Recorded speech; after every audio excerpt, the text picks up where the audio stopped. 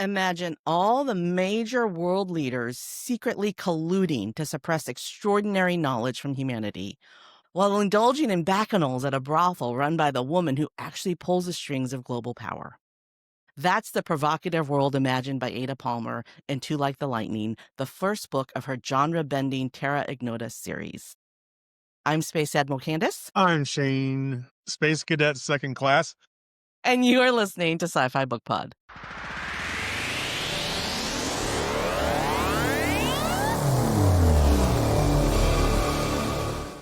Our visiting dignitary today is Michael F. Schein, founder of Microfame Media and author of the Hype Handbook, 12 Indispensable Success Secrets from the World's Greatest Propagandists, Self-Promoters, Cult Leaders, Mischief Makers, and Boundary Breakers. Michael's also the ghostwriter for top executives and entrepreneurs from companies like eBay, LinkedIn, and Citrix. Welcome, Michael. I wish that I had some sort of interplanetary ranking, but I don't. I'm going to have to get one. For the Yeah, I'm distinguished the ambassador. ambassador. You're Yeah, a visiting dignitary today. that's good. Yeah, Yeah, that's right. That's classy right. of me. I can't even get my title out, so that's why I'm second class, by the way. I was wondering about that. Yeah, you seem very classy. Thank you. Yes, honey, you're very classy. I'm very classy.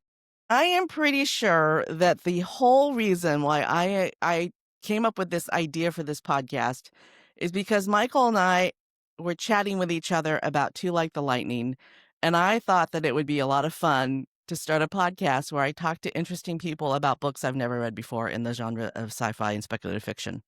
I'm pretty sure that's where this came from. So, Michael, thank you. You're We're welcome. 9 episodes in. Wow, I see. I'm really happy if that's true. I feel like I got COVID a while back and the brain hasn't been right since. Yeah. So we're 9 episodes in, and we currently have more guests booked than we have episodes released. Wow. So I think we're doing pretty good. Well, I'm glad that I helped come up with the idea. It sounds like I hit right out of the gate. Yeah, I think so. It's been a lot of fun. And we have read some really interesting books, including Two Like the Lightning. This is your book choice. So why did you choose this book? Yes, why? Yeah.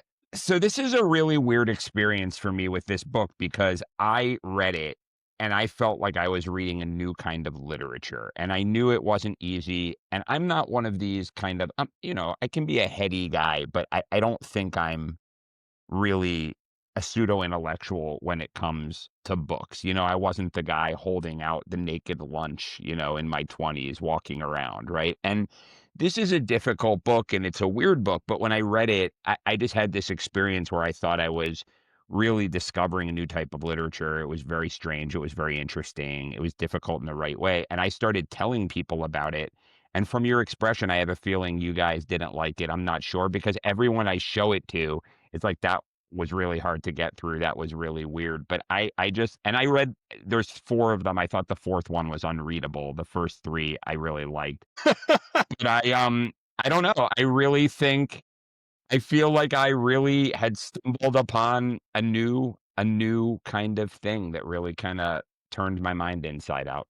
I think that people who enjoy sci-fi, like the older sci-fis especially, are always looking for something new out of the box instead of the same genre over and over and over and over. And especially in the last 20 years, the writers that we would read, Roddenberry and Asimov and the rest and all the other ones, even the Twilight Zone, that those writers are no longer with us. So we have a different kind of writer in the genre, and they're, in my opinion, are a little bit lacking in I don't want to say creativity, but basically literature knowledge. Where even the Gunsmoke episodes, the older Gunsmoke's black and white Gunsmoke episodes, you can tell that those writers were trained in Greek mythology and so on and so on and so on, right? I feel that our writers, the writers today that our kids are with, are more trained in Star Wars and Star Trek, and that's about as far as it I think goes. that's right. Yeah. And they're redoing these episodes all over again, just changing the characters out. Where not Roddenberry, who wrote Fahrenheit 451?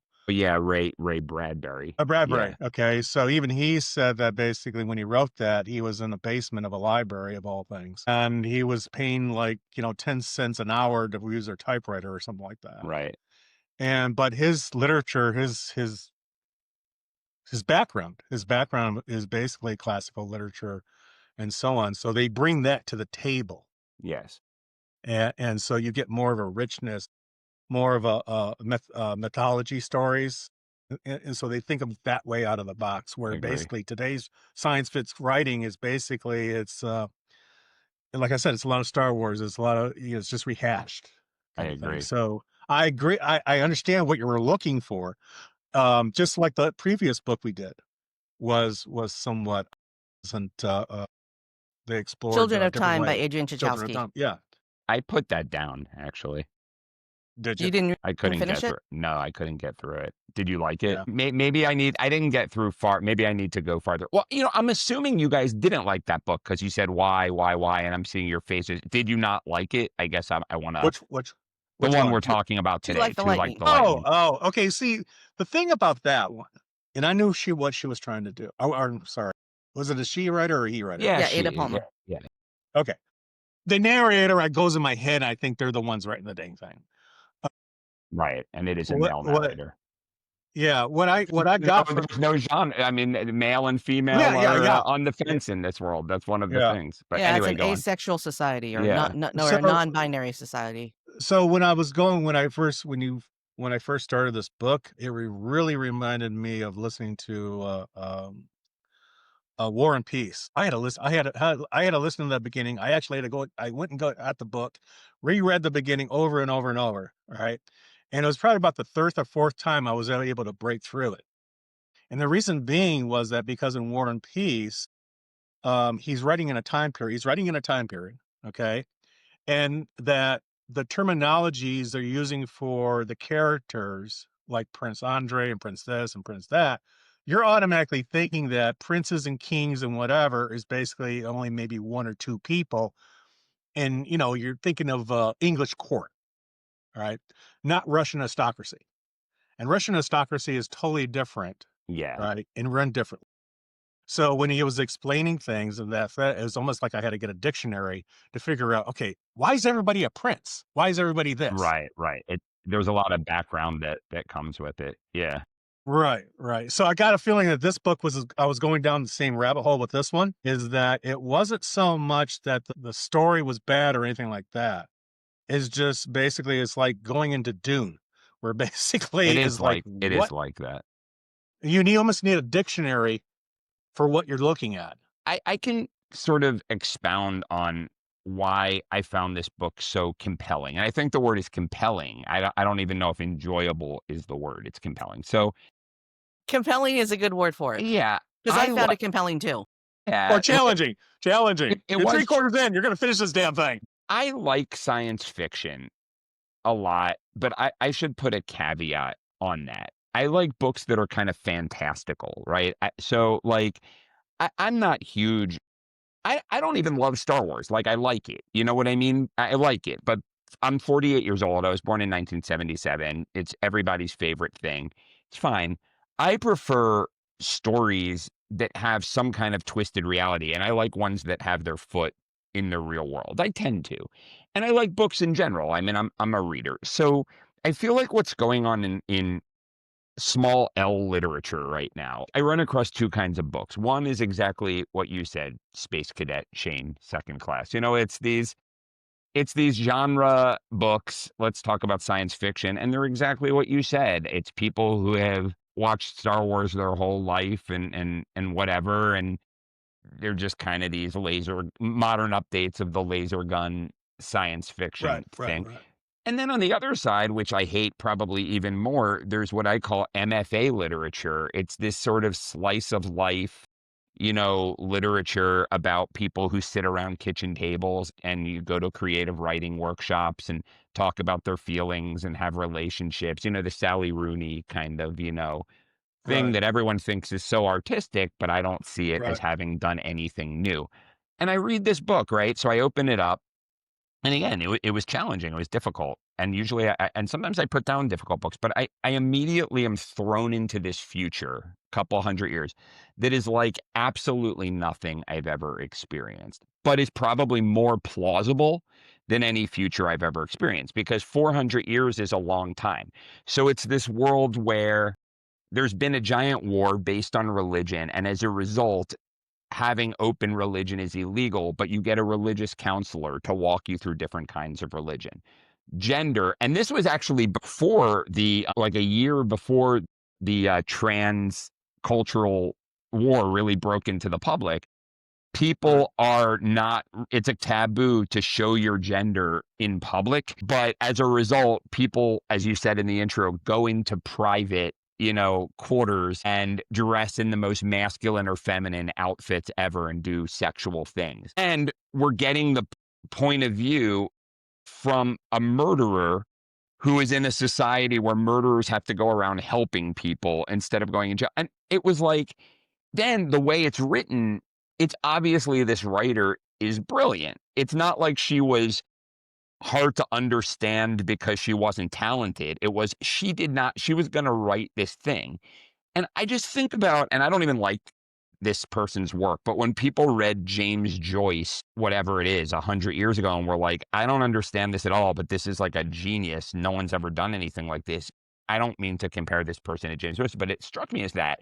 I found this, No, you're right. You're right. You're right. That's that. it's I in had the all its, same. I had a, yeah, in all its I was thinking imperfection. Anne Rind the whole time.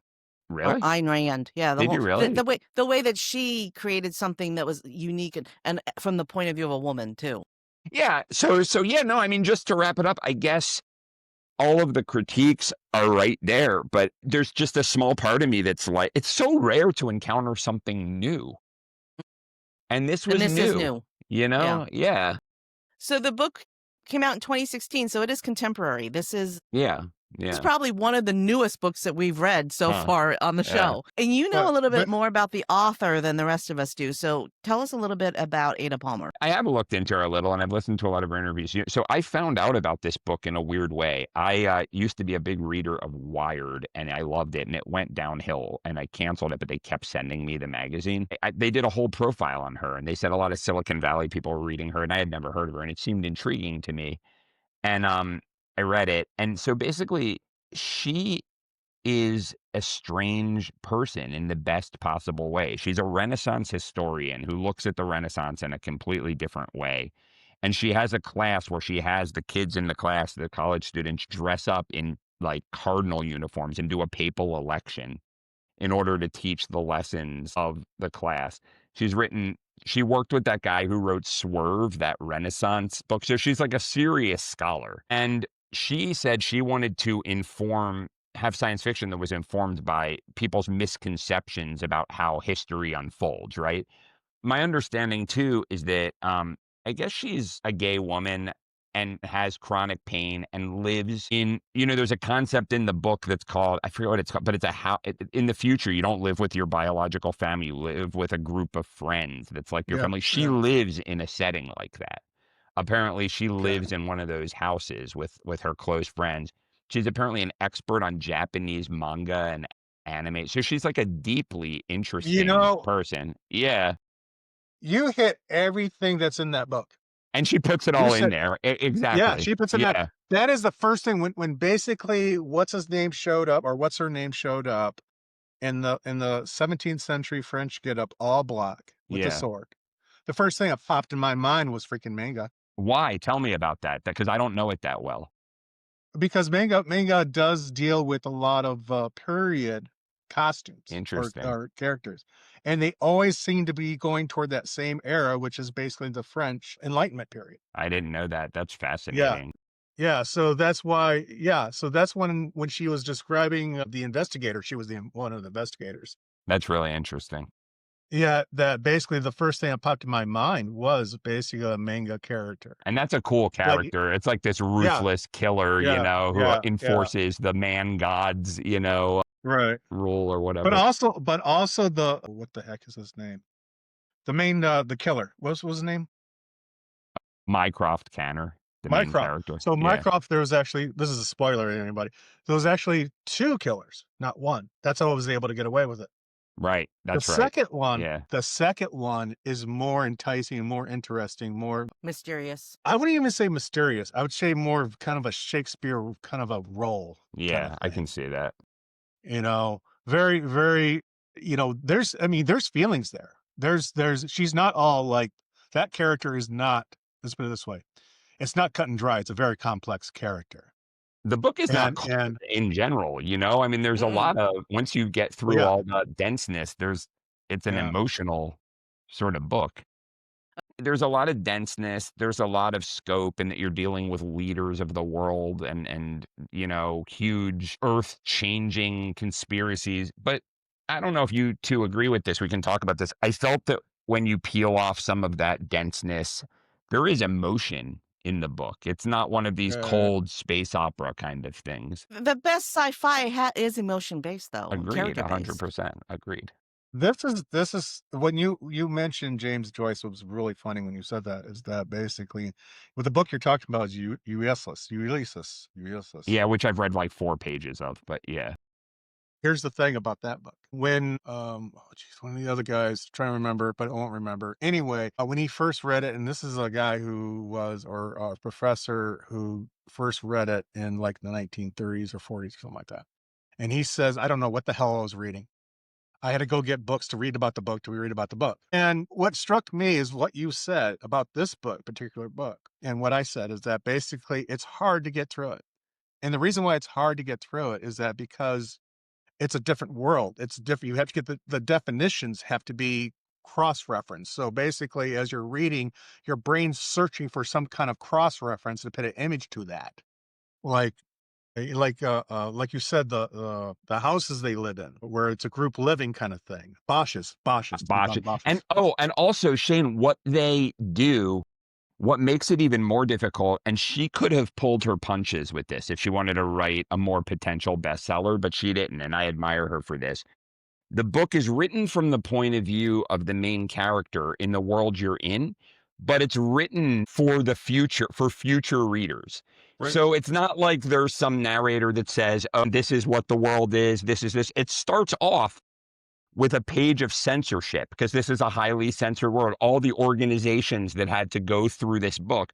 So she wants you to believe the book from page 1 to the final page is as if you're reading a document from the year, whatever it is, Yeah. 2450, which is Which is Because hard, but brilliant, yeah. cool, brilliant. Yeah. it took me like probably about half, well, a little less than half, about one third of the book before I figured out. I was just like, we're basically the reader. She would say the reader. All right. Because the reader would scold Mycroft. Right. All right. It's just like, Mycroft, you're going off a tangent. Right. Right? It's one of these books that basically you're going to love to hate. All right. But you're going to get a lot out of it. And the reason why you're going to get a lot out of it is that because it does push on those minds. It pushes on your thinking a little bit. It pushes on your humanity, right? And how you see the world. And all right, you kind of like, especially on the whole gender thing, Yeah, is that's an that interesting. you could easily go, oh, I don't want to read this because of this and this. You can put your political whatever BS in it, and you can push the book to the side. But here's the thing: the author herself actually puts that in there as well, and that's the reader yelling at Mycroft. It's almost like she's the reader, and she's yelling at Mycroft with you, and you're like in the room. Kind of thing. And she's basically challenged you to go down that road. She took a long time to get you to that that The sex brothel, place. yeah. Yeah. Yeah. She took a while to get there. You wouldn't Yeah. go there automatically. No. You had to be curious to go there. That's true. You had to go along. And actually, if we want to step on the third rail, I think it would be interesting to talk about how she deals with gender because the book was written in 2016. So people were having these conversations, but it wasn't at the forefront, am I right? As it is now. And Yeah. this is a woman, I'm not going to get this right, but not only is she gay, I believe she had some kind of hormonal situation where, male and female hormones where it's some kind of unusual interplay. I don't know, you know? But I guess what I want to say is the world is so interesting because it makes you question some of our certainties. I think what's so cool about the world she creates is that the things that we're so certain are right now, they don't believe they have a whole different set of certainties than we do. So basically, as I said, this is a world where it's considered taboo to openly display your gender. And that's obviously based on this societal belief that there are no inherent differences between male and female. And then you get into this brothel, and what you realize is that people are obsessed in secret with their Hmm. inherent differences between male and female. And who knows, based on what has happened since, maybe one day this world will be seen as a document of navigating the kind of frankly strangeness of the time that we're in, because a lot of the books that have dealt with this theme are very on the nose. You know what I mean? I mean, Hmm. they'll have like a trans kid who isn't being seen for who they are, or they'll have the opposite. You know what I mean? Whereas this is it does not give you answers. Mm-mm. No, no, it doesn't. No, It I makes you think that's think. what I think that's what some may, not like this book is because what you said. There's no answers in it, really. It was like listening or watching the Game of Thrones. It was like every freaking chapter was a new character. I'm going, who the hell are these people? I know And they it keep is on. hard. It's like every chapter was like a new. It was like I have to learn a whole new freaking thing again, which made it difficult. But as we're talking about, here's the thing. Here's the thing. We all discuss and we all are saying this is not an easy book and this, that, and the other thing, yada, yada, yada. But look how much we're talking about it.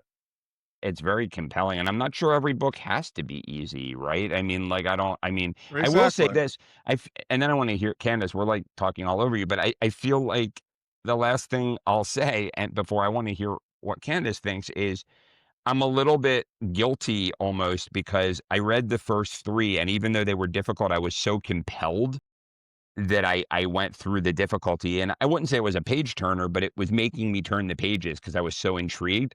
The 4th one was still, I guess, masterfully done, but I read 3 pages and my eyes get heavy, and I don't know if that's just because, like, she's just gone totally into the rabbit hole of her strange weirdness of complex and labyrinth of a mind, or if I'm just not there anymore, but I have picked it up and put it down 5 times, and I've just given up, which I don't know why.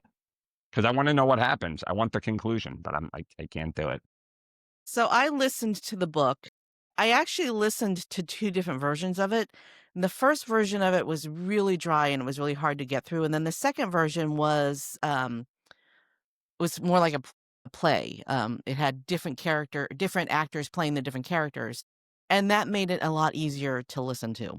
That's a good So thing. I didn't actually read it. I listened to it twice. So what you just said reminded me that about 15 or 20 years ago, there was this vampire series of books. There were like 6 or 7 books in the series.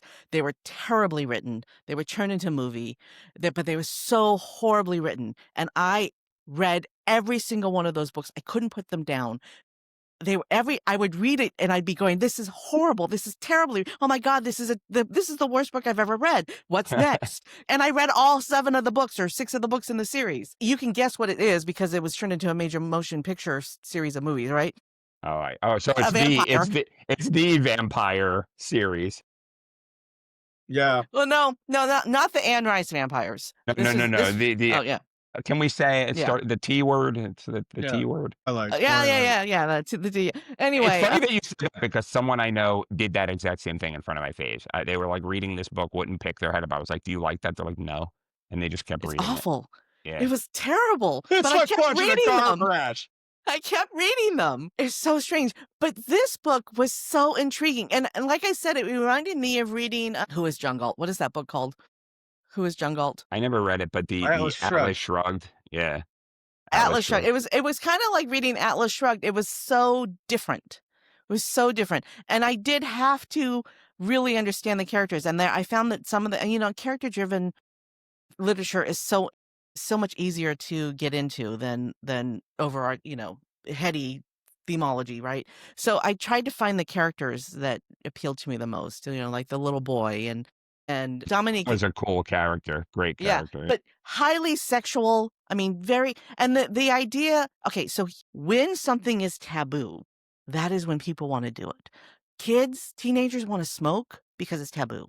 They want to 100%. drink because it's taboo. They want to do weed because it's taboo. And once you lift the taboo off of it, it's like boring. Nobody wants to do it, right? And so because they have made sexuality taboo, it's this secret thing that everybody does, right? Behind the scenes because they want to know, they want to explore it. So Which is so creative. Actual gender, like wearing a dress is Right. what they do Right. in their perverted brothels. Yes. Women wearing dresses, people with 2 X chromosomes wearing dresses. Yeah. I thought that was an intriguing way to address, gender norms across Yeah. the spectrum. Yeah. I remember biology in high school. There's a lot to deal with there. Well, and we're also forgetting the central theme of the story, which is really amazing. A bunch of minutes in, which I've never thought of. So there are these flying cars, which is the most sci-fi thing in the world, but it's a very different. So you can get anywhere but you don't drive them yourself. It's like almost like trains. It's like this Yeah, network. autonomous So, cars. and But they're not can really get autonomous. that's a big plot point. So you can get anywhere on Earth within an hour or 2 at the most. So you can have a job in Dubai and have dinner in Chicago and whatever. So as a Right. And result, live in San Francisco. and live in San Francisco. So there are no geographical countries anymore because it doesn't make sense to have geographical companies. So Right. instead, your nation is like a tribe based on your interests. So some people are really into achievement and they're part of a tribe called the humanists. There's a tribe who actually wants to have a dictator. It's like an empire, but you can quit, Right. your emperor. So it's this very strange thing. And the laws are all mismatched, like there are laws that are for everyone, but if you go into someone else's city, you have to follow their laws. So there's just all these concepts because we always think, well, of course, every science fiction story we see, it's got lasers, guns, and intergalactic Right. whatever, Right. but Right. they still have countries, and countries are a new Right. thing. It's Right. only 500 years old. Right. Or Right. nations, I should say, not countries. Yeah. So I don't know. I just thought there were a lot of really counterintuitive, weird, interesting ideas. Well, it's kind of, I mean, you're right, is that the flying cars was basically implemented as a scenario where, well, if you can get anywhere within 20 or 30 minutes, then what's the point of borders now? Oh, because that's like me getting in a car and going to Detroit. And there was a big old celebration. They had this big old celebration because one of their people or whatever it is, a long time ago, right, made that point along is that basically why are you loyal to this country and that country and this country and that country when you're over there within 30 minutes? It doesn't make any sense, kind of thing. Um, one thing I want to point out in this book is that we're going to criticize the author here, like we haven't already. But the first thing that I've noticed in this book, unlike other books, what could have made this book a lot better or more palatable, is that there is no humor in this book. There is no humor in this book. And so what happened is that if you go, okay, let's take a Shakespeare story or play, okay? Even in the most tragedies of his work, you'll find humor in there somewhere, or there'll be like a release valve. All right. And so what I think would happen is that when she was writing this, there's no release valve for the reader. All right. And by having a release valve for the reader can continue to go on. But if he's always going to be uptight and always pissed off, always going to be uptight, always going to be pissed off, there's no release valve for that to go on to the next chapter. You're just going to get pissed off. Well, why am I going to go? It's kind of like Game of Thrones. Why am I going to invest into this character when he's just going to be killed off? Which was brilliant, though. But if you have a release, if you have a valve of, because humans, and it doesn't matter what we do, okay, even in the most stressful, dire, got a gun to your head scenario, is that we will have humor in there somewhere. There'll be a sarcastic flavor to it because the pressure, that's how we release stress, is through humor. I'll tell you, I want Candace to speak to this, but I have some thoughts about this. But yeah, Candace, do you have any thoughts on this one? Well, I kind of thought that the orgies were hilarious. I thought there was a lot of Yeah. humor. I agree. That's I what I thought it thought. was hilarious Yeah. when I found out that all the world's leaders were colluding with each other to, that there Well, I really just thought was that was regular politics. that there really wasn't weren't really all these other nations. There was one nation, and it's run by this woman who runs a brothel, right? And They there's a all do what she there's tells them to literally, do. like, they look through a window and there's, like, a pile of bodies, and they're, like, talking about, like, Yeah, politics, and the king of Spain is in the closet because he's having an affair with the madam who Right. runs the yeah. world. Well, but everybody's having an affair with the madam, Right. right? I mean, that's So what I was gonna say. I thought there was absurdity, and it was very humorous, but anyway, yeah. do you think that 300, 400 years in the future that we could be past all this stupid stuff that goes on, but humanity is humanity. And we just did Children of Time, which basically is like humanity sucks. Even Is that right? 3,000 years in the future humanity sucks, right? So, I would really like more Star Trek kind of themes where everything turns out okay, but it seems like speculative fiction is just like, no, humans suck. Well, I have thoughts on both of this, right? Like, okay, so first of all, yeah, I agree with what you're saying, Shane, in that there's not like the comic relief, like quips and like there's this guy John Scalzi who like there's just like this like quippy sort of humor throughout the whole book. It doesn't have that, but honestly, my type of humor is like an absurdity humor. I mean, you have a guy who um is a a god. He believes himself to be a god named Jed, which stands for Jehovah something. Right. Right. You have, basically these orgies. We didn't talk about Sniper, this weird androgynous pop star who, like that's absurd. Like it's not like I've read bleak books. You know what I mean? You read Sophie's Choice or like Cormac McCarthy, and you're like, I want to like jump off a bridge. Like there's a lot of like, it's Yeah. not bleak. You know what I mean? It's and I would say the other thing to Candace's point, I actually thought that was another interesting thing about this book, and what was unique is that you're right. A lot of science fiction is dystopian, and I love a good dystopian book. But there's this idea that the future is going to be a nightmare. So it's either a nuclear landscape, or there's a totalitarian government, or even when it's a good future on the surface, they're actually stealing your minds like Brave New World. And then there's Star Trek, where Earth is perfect, but if you go out into space, you have threats. This was like real life. It wasn't, there were some things were better. I mean, people lived to 120.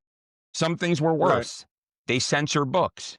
You know what I mean? Because they don't think so there's no more war, but they control, I don't want to give Yeah. away the secret, but we don't have as much freedom as we think we do. But it's like, to me, it was like realistic in a weird kind of way, because it was like, oh, things were okay, not Yeah. great, not bad. The Like there's some good, Yeah. yeah, the thing was is that in the brothel, it was like what they said. It was basically it's a 19th French Enlightenment period. yeah, And let's say we had a time machine, sci-fi. Go in a time machine. Let's say we go back 500 years or six. Let's just say 1,000 years. Okay, so we go back 1,000 years, which is basically we're either in the Renaissance or we're in the starting in the dark. We're in that We're in the part. Dark Ages 1,000 years ago. Yeah.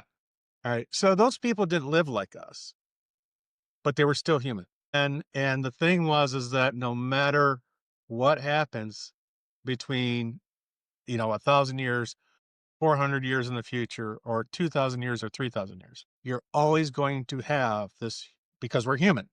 All right. We're all have the same feelings that we came out of the caves with. Our, the laugh, this, that, and the other thing. I make this joke because it's actually very true. Is that I work at a shop sometimes, and I go, if we're going back 3,000 years and we were in a wagon shop, we'd be talking about the same crap. yeah, right, Because that doesn't change. What changes is basically our perception of what God is it, what government it is it, but you're always going to have these time periods. Well, look at even now. I mean, people talk about the United States fascism and this and that thing. The closest that I can come up with is not Germany, but basically Franco, Spain. And people very little about that, including myself, about the fascist movement in Spain during Franco times. And but you have this roller coaster, the cycles. Okay. So I think what the sci-fi does is that basically is just you change the environment. Most sci-fi books, because they are dealing with humans, so humans are always Right. going to have this. Right. Is that you can take our time period and say let's go 400 years. We're always going to have that human thing, Yeah. and we're always going to have those taboos, and we're always going to have those secret rooms. And And it's like, guess who's in the secret room? and it's what taboos, it's like the idea of taboos never go away, but we find it They just change. unthinkable. Yeah, exactly. Well, like we find it unthinkable that people could hold slaves, but in this world, they can grow lab grown meat. So they find eating animals barbaric. Yeah. Still a taboo. Okay, it is time for us to wrap up. So, Michael, tell us a little bit about your book. So my book is called The Hype Handbook, and what I essentially did was I looked at all of these people who were really good at moving large numbers of people to get them to do what they wanted. And it's ostensibly a business book. It's filed under business books, but in some ways it was a way for me to sneak my ideas, you know. What I did was there's all these people who call themselves marketers and they're obsessed with technology and social media, but they don't really focus a lot on human psychology. And I realized that a lot of the best marketers would never in a million years think of themselves as marketers. And we're sort of we're at a disadvantage because they look at the world the way it is instead of how it ought to be. So I looked at everyone from cult leaders to old rock and hip hop managers to propaganda artists to, early moguls that didn't follow the rules. And I looked at, are there any principles or strategies or tactics or understandings that they have in common? And it turns out that when you take the specific content away, it actually ties to this taboo thing. The specifics between what Charles Manson used his psychology techniques for and what Warren Buffett used them for were extremely different, obviously, but the underlying buttons that they pushed were the same. So what I did was I told those stories and then I said, okay, for the good guys, for the rest of us, can we have a playbook on ethically getting what we want and moving minds without doing the bad stuff? Because the bad people already understand how to do it. So it's like 12 strategies based on these thousands of case studies that I've studied. And, I Cool. think it's a fun read as Very well. cool. I tried to Very throw cool. some humor in. Yeah, it Very sounds good. like Very something. good. Very good. Very good. It sounds like a book that many of us need to read right now. Yeah, it was Many of us. funny. I actually came up with the idea because it was an early one of the presidential debates when no one thought Trump would win. And I was reading because I was always interested in it. I had a marketing background. I'm a ghostwriter now and I write business books for people and I do it in a marketing context. A lot of people need business books or personal development books because it helps them build a platform and get big speaking gigs and get attention. So I was always in that world, and I was reading this book called The Crowd by Gustave Le Bon, which is like from 1898. It's the first book of crowd psychology, and it dissects how crowds behave irrationally. And I was watching, and this is not about my opinion about the person. It's not even necessary to go there, but I was watching this person who, 3 months earlier was known as a hotel guy and a reality host. He was using every one of the strategies in that book. And I don't think he studied the book. I think he just does it naturally. And nobody thought he would win. And I would go around after seeing this and be like, this guy has a really good chance of winning, Mhm. and we know what happened. So it occurred to me that there really is no handbook to help people dissect how human psychology is very irrational. It's neither good nor bad. It's just the way it is. And it behooves us to be armed with these skills or at least understand how they work because other people Right. understand it Right. Right. intuitively. Okay, the next question Right. is it available on Audible? Oh yeah. It's an audiobook. It is. Yeah. Okay, it's going on our list of books that we need to Yeah. listen to, Schein. Add it to the list. That's what you did. So what are you doing now? Yeah, and as I alluded to a little bit, I was a writer my whole life. I was a copywriter. I wrote marketing copy, and for a while I ran a marketing agency. And a lot of people, especially after the Hype Handbook came out, would come to me and ask me to help them hype themselves up. So to help with their personal brand, help make them a well-known figure, and there are a lot of business reasons to do this. And what I would find is for those people who didn't have a book with a really strong point of view, it was much harder to do because when you have a book, you have credibility, you can get media appearances, you can get high profile speaking appearances, you get to be known as a thing, start with why, whatever it is. And I was a writer, and so clients started asking me to do that, and eventually I started doing it, and all the pieces clicked. It became the centerpiece of what I do. So yeah, I'm a ghostwriter for business people and not just business people. I mean, also people in personal development, people who are idea driven, and I work with them to create a book that really helps elevate their visibility and help them accomplish their professional goals. And sometimes we go the traditional publishing route, sometimes we go the self-publishing route, and I help with that piece too. And it's a whole lot of fun. It sounds like fun, and we all know that most of those books aren't written by the person who says they wrote it. It's written No by someone like comment. Michael. No comment. I love it. Well, thank you. Thank you, Michael, for being here and for being the catalyst for me to launch this podcast, which then my husband said, well, can I do it with you? So how we got here today. And thank you for doing this with me, because I have tried to get so many people to read this and talk about it with me, and they put it down after 30 pages and say, what the hell did you give me? So this was really fun. Here's the thing about that book. Okay. Even now that we're talking about it, it's a fun book to talk about. It's a really fun book to talk about, because there's so many different things. Sometimes it's like, you got to go, your friends, you go into class, you get scheduled in, and all the class people, all the people who had her before or the teacher before, they go, oh, you're going to hate this person. You're going to hate this person. And this is that. And then you get in there and you go, holy shit, this is the best class ever. Right. Because that teacher pushes you, and I think this book pushes you, even, kicking and screaming sometimes, but I'm glad I did listen to it. So there's that. I'm Space Admiral Kandas. I'm Space Cadet Schein, second class. And you have been listening to Sci-Fi Book Pod.